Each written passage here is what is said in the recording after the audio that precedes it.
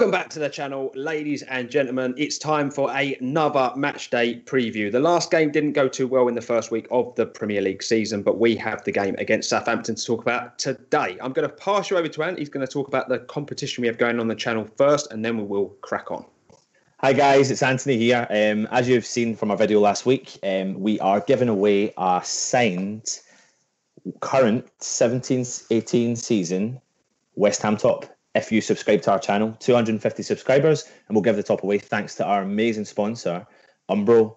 All you have to do is hit that subscribe button at the bottom of the page, and we will, once we hit 250 subscribers, give away this top. The other cool prize we're giving away, which has just been released today, or for when the channel comes out, it will be on Tuesday, is tickets, 2 tickets to the home game, West Ham versus Tottenham, at the end of September. It's a massive giveaway. There's a lot of people after the prize. So, yeah, what you need to do is you need to go onto Facebook, you need to share a post, you need to like the post, and you need to like our page. You need to go onto Twitter, you need to follow our page, you need to retweet the post, and you need to jump onto YouTube and subscribe. And then what we'll do is we'll announce the prize winner probably within the next week and a half and let you know as soon as possible. So get subscribing, get liking, and get sharing. Okay, so before we preview the game against Southampton, I suppose we should talk about the disappointing result against Manchester United the weekend just past. For those that have been sleeping under a rock, we lost 4-0, got absolutely battered in the game. I know that Ant went to the game, so let's go over to Ant and he can tell us what he thought as he was there after all. Well, first and foremost, what I want to say is what an amazing support West Ham have. We have the best support that's out there. We brought a massive number of fans. I think we sold out our allocation. I appreciate a lot of fans come from down in London. I travelled from Scotland. It was a fantastic effort from all the fans. We were loud. We were proud of our team. Doesn't matter the score. But yeah, on the game, disappointing, massively disappointing. I think I said in the preview last week, it's the first game. Yeah, I'm positive. I'm always positive. I'll give you what I think the score is going to be for next week, and I always think we're going to win. But first game of the season at Old Trafford against Man United, spent a lot of money. We started off okay, and then we just collapsed under the pressure of, and for me, the star player for Manchester United was Matic.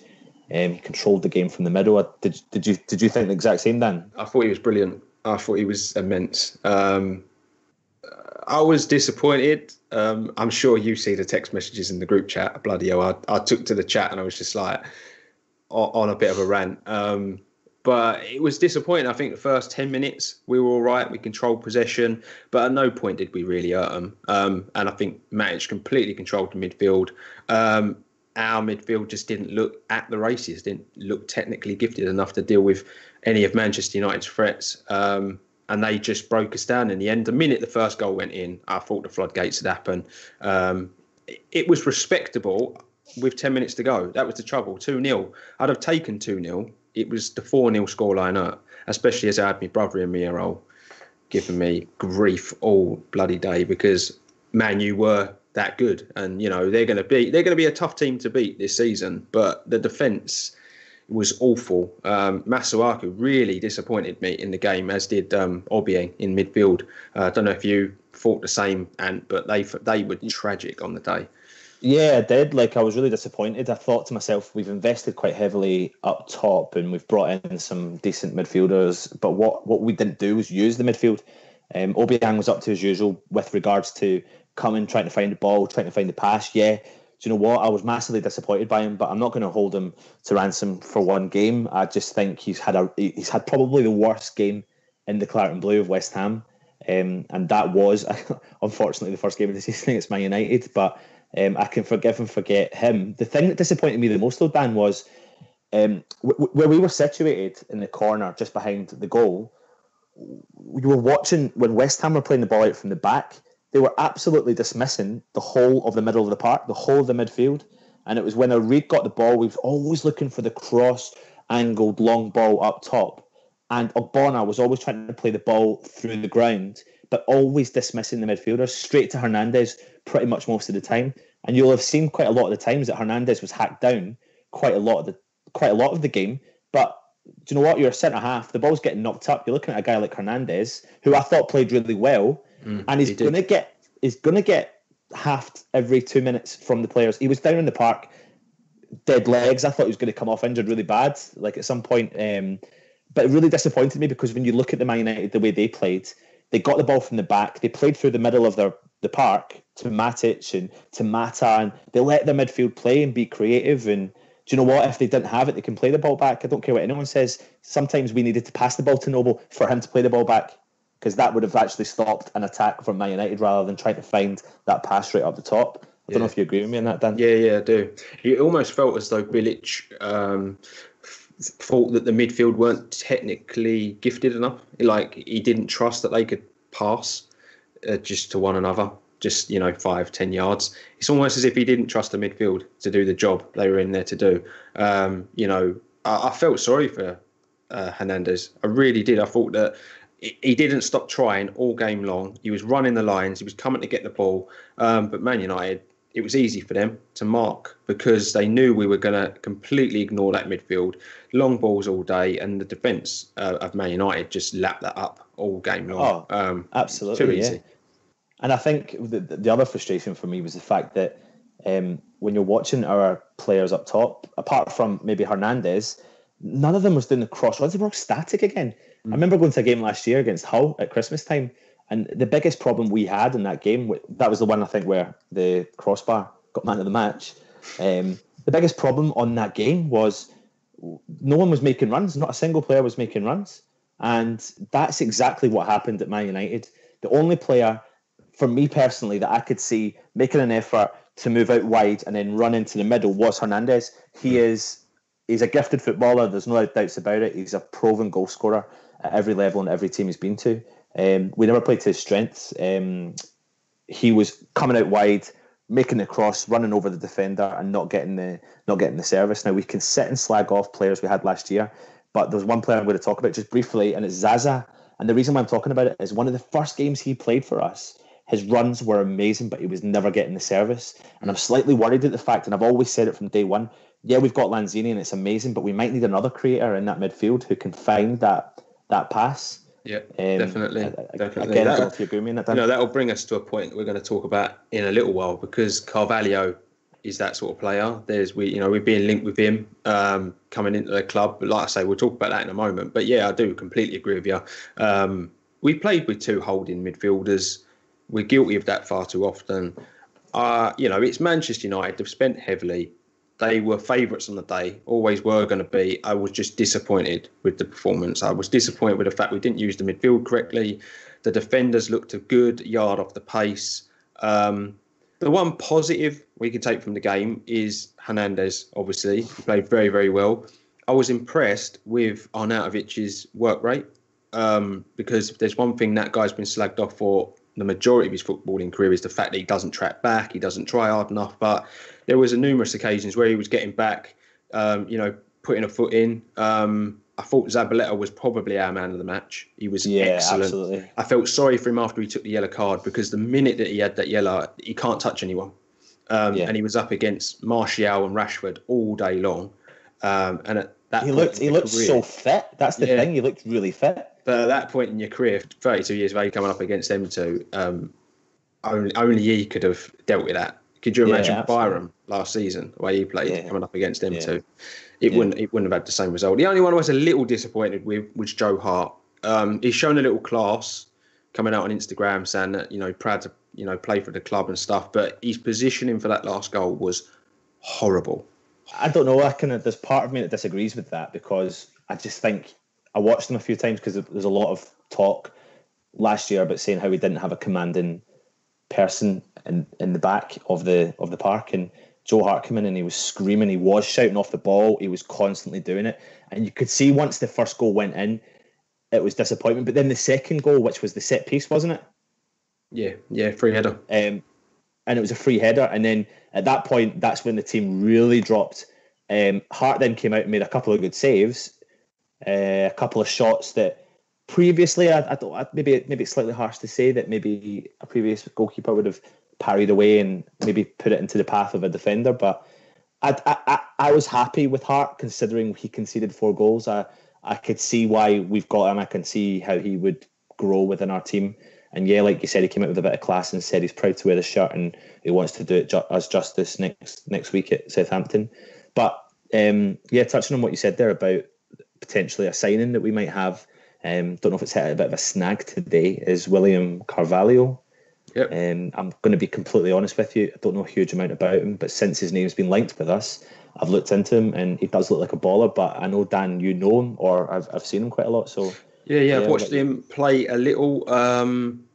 Defensive midfielder is where he plays the majority of the time. I think it's a pace issue with him. Is probably why he plays that position. But he's one of those guys who, under pressure, is world class.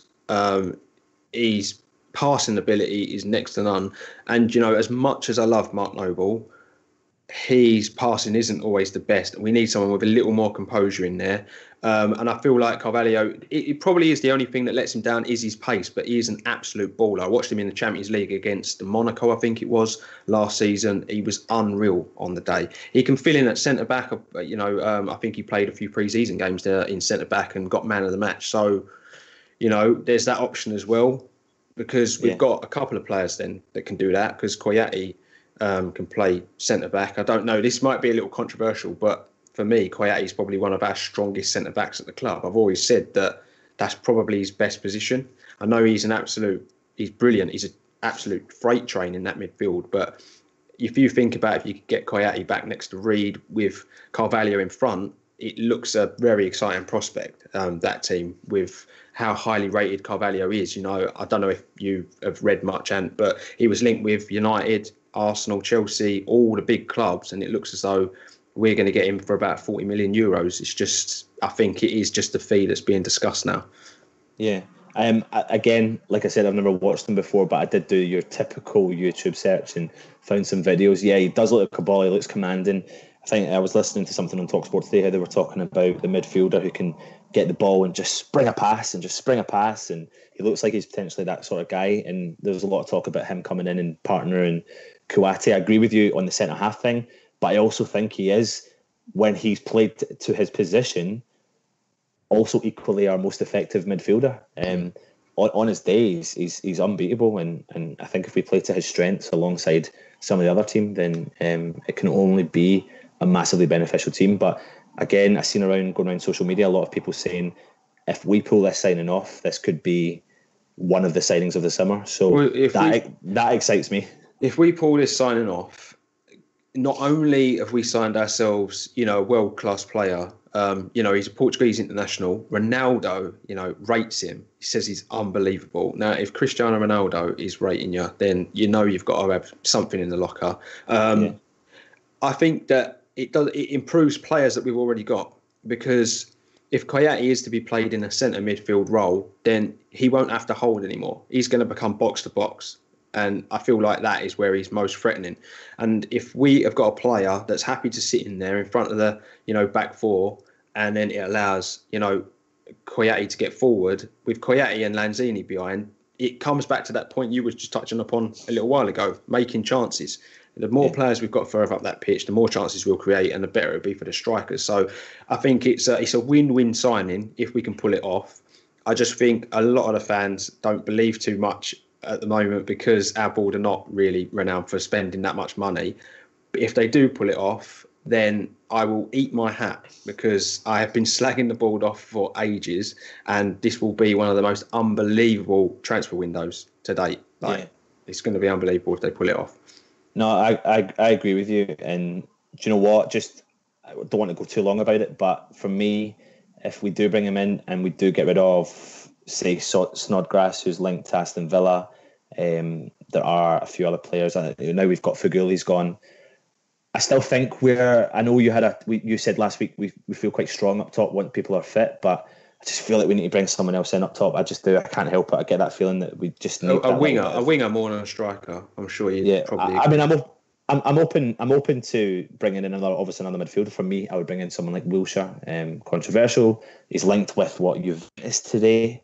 I just think it's potentially a no-brainer. A creator. I know he's got an injury-prone record, but for me, with the current strength maybe in our youth system and the strength of the team we've got in the midfield, like it's maybe a bit of a risk we should maybe take.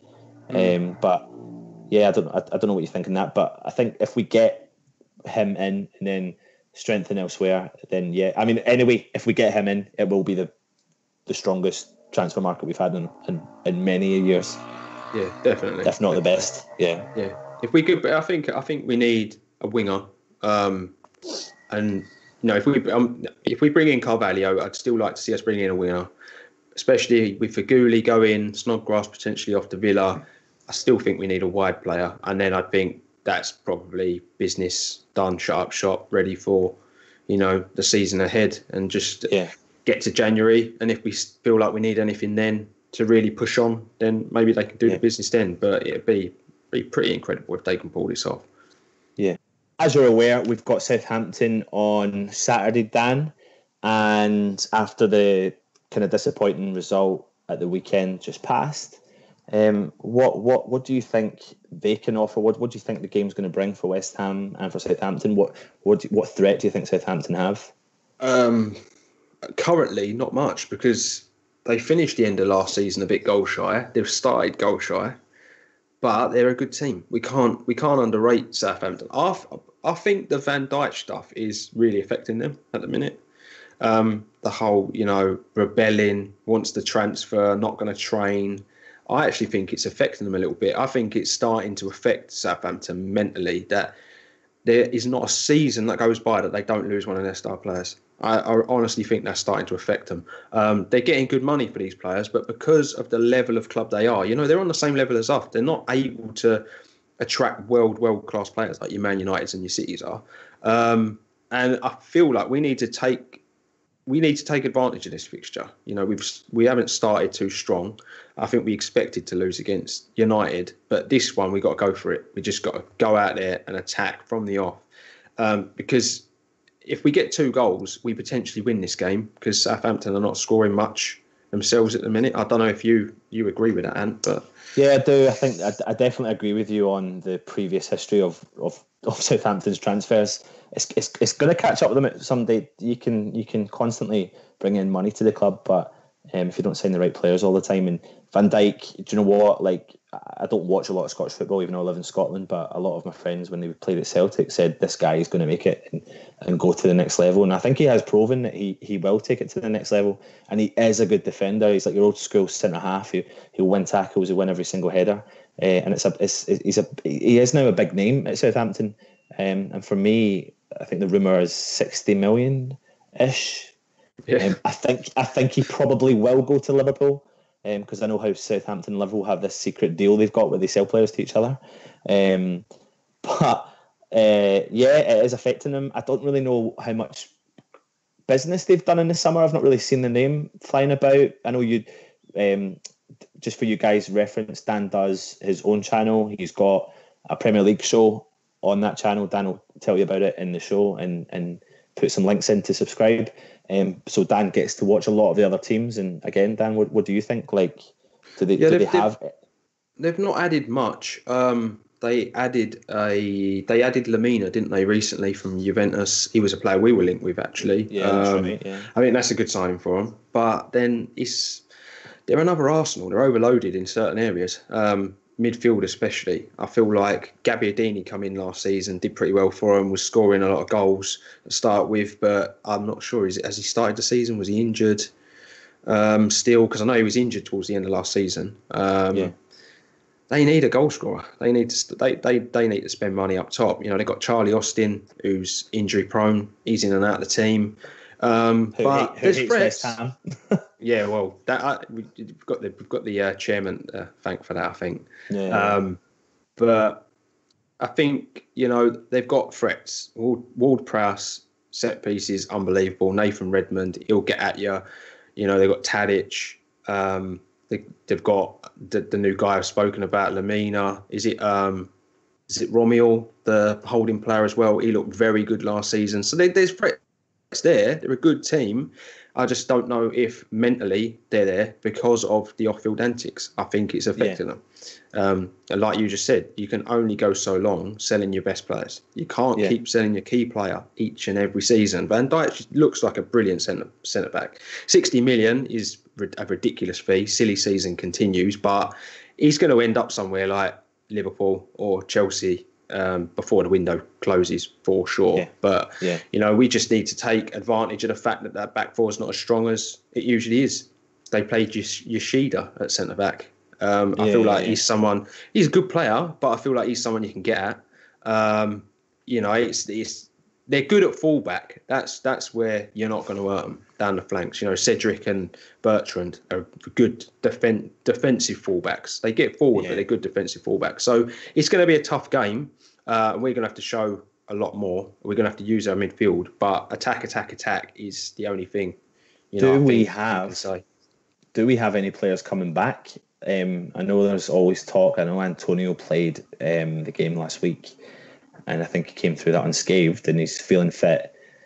Do we think? I mean, I've not heard anything from the club. I reckon he'll make the bench based on what I've seen. He'll probably make the bench. Lanzini's still out, I believe. They said minimum 2 games, didn't they? That Lanzini was going to be missing. So he's still out. That's the biggest hit. He's our creative threat. He's the player. He's our key player. But we need to just get by without him. If it's me, I'd pull Arnautovic inside. He was good. He worked hard against United. I feel like he could do a bit more in the middle of the pitch. What about the player that came on, one of our youth prospects, Declan Rice? I mean, we've all read the stats of what he... unbelievable. I thought he was unbelievable. He was,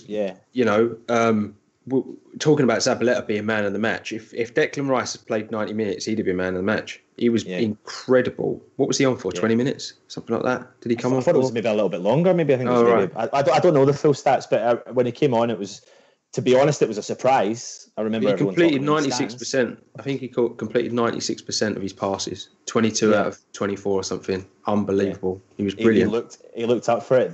He could have got stage fright, but he didn't. Yeah. He proved that he can do what he's there to do. Well, I was watching it with my brother, and he was like, "Oh God, he's got desperate for West Ham now, bringing on a youth player." And I was like, "Oh, I've heard good things. Like, he's pretty good." And then at the end of the game, my brother was like, "He might have won 4-0, but Christ, he looked a prospect." And that just says it all. They've won 4-0, and the only thing my brother can remember from the game is that Declan Rice looked an absolute baller for us. Controlling. I'll tell you something. Like something I did say last week was I wanted us to give youth a chance, and again I read another crazy stat that last year we gave. I'm guessing the number, but it was like less than 10 minutes of youth a chance last year. Mm-hmm. But already this season, in the first game of the season, we've given Declan Rice 30 or 20 odd minutes in the season. So that's hopefully a good sign. And I think, you know what, throw them at the deep end. If we are going down in the game, then it's worth bringing these guys in to give them the experience to see if they can match up. And do you know what? He's in against some of the best midfielders, some of the best strikers in the world against Manchester United. And if he comes out with a 96% success rate in passing and completing all his pass, just that's quality, and that's a sign that we're doing something right with the youth system. So hopefully we get to see a bit more of that. So that probably brings us nicely onto the predicted lineup for Saturday against Southampton. We could sit here all day long and predict the goalkeeper, but we blatantly know who the goalkeeper is going to be, and it's going to be England's number 1, Joe Hart. It is. Right back, are we changing anything with the right back? I think Zabaleta plays. He was quality against United. Absolutely, I agreed. Well, maybe before we talk about lineup, are we going with the same formation? He probably will. Yeah, we know what Greenwich is like. He's a bit stubborn. We don't really have... Like, if Carroll was fit, I'd like to see him go with Carroll and Chich up top, but Carroll's not fit, so I think he's going to stick with same formation. Yeah. So we've got Zabaleta right back, 2 centre-halves, same. I think he is going to stick the same. I think he wants to get that partnership up and running. I think the 5-year... Was it a 5... What was the extension for Ogbona's contract? Yeah, 5 years. So I think that's a proven thing to say. He sees him in his plans, or the club sees him in his plans, definitely. So then moving on to left back, do we drop Masuaku and give Creswell his shot again? You've got to. It was an awful display from Masuaku. Like, he just wasn't good enough. I've said it many a time about him. He's great going forward, but he's very suspect at the back. His defensive capabilities are very suspect, and he got found out big time against United. I don't think we can blame him for the second goal because, if anything, that's Bilic putting him on Lukaku. Yeah, 6'3" Lukaku, and he's expected to mark him at the corner. But he didn't have a good game, so for me, I'd bring Creswell in. I mean, this is a big, massive topic, and you see it a lot social media. You see it a lot when you talk with your friends, all about West Ham. And one of the biggest questions that comes up is it Creswell? Is it Masuaku? Last year, for me, it was always Creswell up until near the end of the season when he just really wasn't performing. And I thought, you know what, it's time to give Masuaku a chance. Yeah. He came in, he'd done a great job, and it's great. And I'm glad he's going to get a chance. I'm not going to. I feel like we should still give him a chance. I get the point, Dan, because I'm still a Creswell fan, so I'm maybe contradicting myself. I want to see Creswell come back in the team and do what he did. I don't know if it was a hint at the fact that he came on as a sub. It was a bit of a kind of weird sub. For me, it was a bit of an odd sub. That was you've played awful today. Yeah, and I'm going to prove a point that if you play like this, your spot's up for grabs. Another England international is going to jump in and take over your spot who was here before. So for you, you're going with Creswell. Yeah. For me, I am a Creswell fan, but I believe we need to give Masuaku one more chance or a couple more chances. So yeah, we can agree to disagree on that one. Yeah. Moving into the midfield. I think he'll probably stick the same, personally. Yeah. I think he'll go Obiang, Noble in centre midfield because Koyati's not back, is he yet? So yeah, we're still without him. And even if the Carvalho deal goes through, he probably won't be registered to be ready to play until the week after. So yeah, I'm going to stick with them two in the centre midfield. I think we'll get to see more of them two in this game because. No disrespect to Southampton, but they don't have players like Matic in the middle of the park. They don't have players like Mata in the middle of the park. So maybe it'll free up Noble and Obiang to do the job that they're actually there to do, which hopefully can free up the job for Ayew and Arnautovic to do what they do. Because they never got their chance. And I feel like a lot of people were kind of slagging off Ayew. Yeah, he didn't have the best of games, but the guy has a talent, but he never got his chance to do what he does in every game, which is float around and run left to right, and that's what Arnautovic does. And he never done it. You have to stick in the wing, like you said. He had a work rate. Yeah. His work rate was good, and he was kind of getting stuck in with tackles, which is what all West Ham fans want to see. But going forward, we didn't get the chance to see their proper ability, the reason they were bought. And I feel personally that Saturday, fingers crossed, if they get the formation right and they get past the ball through the middle or out to the wings, we'll get to see what we want. Yeah, I think the biggest bit really, as far as this is concerned, is I'm pretty sure you'll agree we'll probably end up going with Ayew, Arnautovic, and Chicharito top three. But who plays behind? Like Fernandes played against United, he didn't have the best game. Yeah, do we stick with him or does someone else get a chance? It's such a tough decision. Fernandes is a talent, and I really, really do like it, but I think he was a bit shell-shocked. He looked a bit like out of his depth on Sunday. But I do believe that if we're going to get some form of squad morale up, that we need to give players like Fernandes another shot. And a bit like what I said about Masuaku, that Fernandes needs to come in and show what his worth is, because a couple of times last year he looked like a baller, like a proper baller who could. Yeah, he looked really good last year. Yeah, he's a demanding midfielder. So I do feel like it's still early in the season. We're still in the market to do some business. The first 20 minutes of the game last week, we weren't awful. And we are playing a team that haven't spent nowhere near the amount of money that Man United have had. So for me, I'd probably go like for like we did last weekend, and again with Chicharito up top. Just as long as we give him more support, that's the key message. Like, play the ball through the middle of the park. Find Chicharito. He wants the ball to his feet. He wants to then pass and then run. And it's just an old trick in football. Just put the ball over the defender, around it, find the space, and in theory, he will be there. That's what he wants. He wants to run into the space, so put the ball in the space for him, and that's what he'll do. Yeah. Well, that's in that, Dan. Well, yeah, I agree. We can't. I know I've done it already, so it's a little contradictory, but we can't just drop players for one bad performance. I just think, my idea around the Creswell coming in for Masuaku, we need to be better defensively. We let in too many goals last season. We've started this season letting in 4. So we just need to be a bit better at the back. But as far as, Obiang and Fernandez are concerned, probably deserve a second chance. We are a bit light anyway. We've got players out injured. So let's see if he can do it against Southampton. He might feel a bit more comfortable. And, we've just got to supply Chicharito a little more. He can't be left so isolated. And if we do that, we win the game. So, yeah.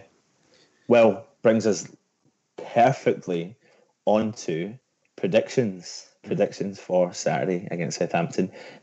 You will have seen, what was your prediction, Dan, for last weekend? As far as Man U West Ham was concerned? I went 1-1, didn't I? On my channel I went 2-1 United. So I was actually closer on my channel than I was this, but yeah, and you were a lot closer than me, because I predicted we would win 2-1. Chicharito would score a last minute winner, and it didn't happen. Dreams are an amazing thing. So I'll go first this week. Sure.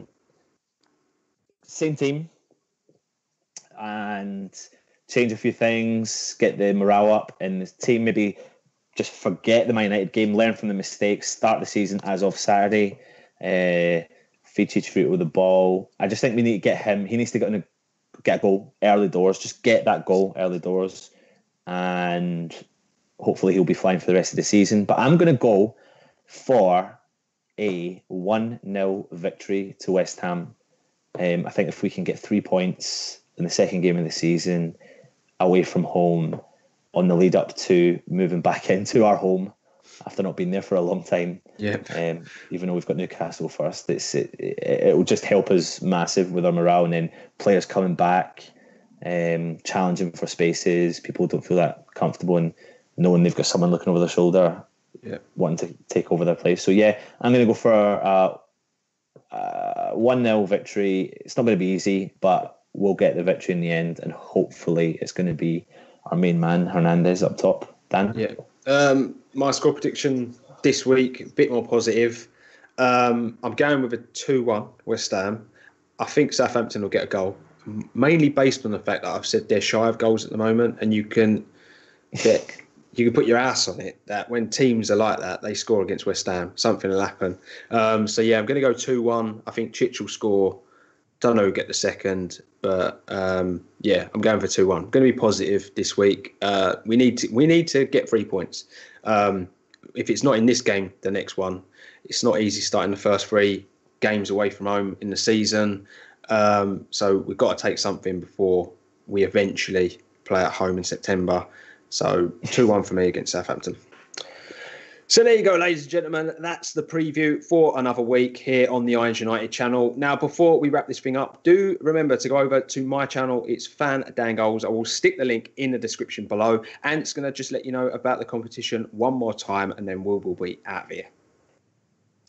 Yeah, guys, just want to remind you, please, thanks to our sponsors from Umbro, you have to subscribe to our channel, and once we hit 250 subscribers, we will give to you the current season's top 17-18 season signed by the whole squad. What an amazing prize. Thanks to Umbro, our sponsors, for giving that prize up. Also, thanks to Umbro, they've given us 2 tickets for the West Ham Tottenham game at the end of September. For any one of you lucky West Ham and Irons United followers, what you need to do for those tickets is you need to go to Twitter and you need to retweet our post. You need to follow our page, and you need to go to Facebook. You need to like our page and you need to share our post. and or you need to also subscribe to our YouTube channel. Want to give you a brief update on Irons United going forward. We are doing videos. We've set up now. We've been a week going. Thanks very much for all your support. Thanks very much for all your subscribers. We've had a few technical difficulties and we plan to fix them as soon as we possibly can.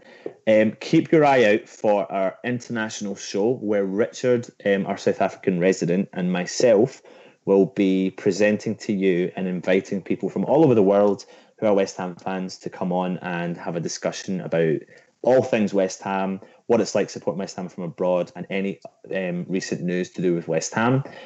Keep your eyes out coming up for some vlogs.